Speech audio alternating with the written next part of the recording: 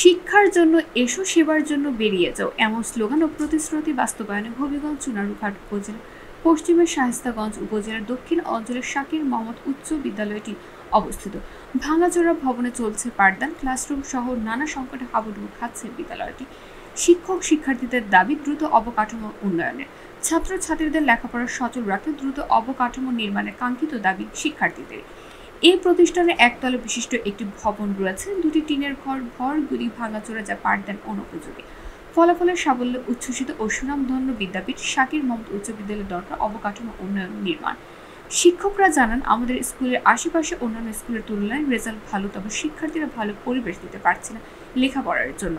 আসবাবপত্রের সংকট, নেই বাথরুম, নেই ওয়াশরুম, নেই কমন রুম। তাদের দাবি, একটি নতুন বিল্ডিং হলে পাল্টে যাবে শাকির মোহাম্মদ উচ্চ বিদ্যালয়ের পরিবেশ ও পড়ালেখার মান।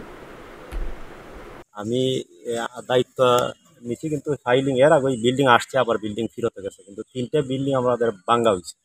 ওই বিল্ডিং গুলো থাকলেও আমরা আজকে এত দেখ পাইতাম না, কিন্তু এই বিল্ডিং ভাঙ্গা হয়েছে, নতুন একটা বিল্ডিং যেহেতু আমরা পাইনি, ওই জন্যই যারা ওই ভাঙছেন ভাঙ্গাইছে বিল্ডিং করার জন্য। কিন্তু আজ পর্যন্ত এই বিল্ডিং এর দেখা পাই না। বিভিন্ন ওই দৌড়াদৌড়ি দপ্তরে দৌড়াদৌড়ি করার পরে দেখা যায় বিল্ডিং রি টেন্ডারে আছে।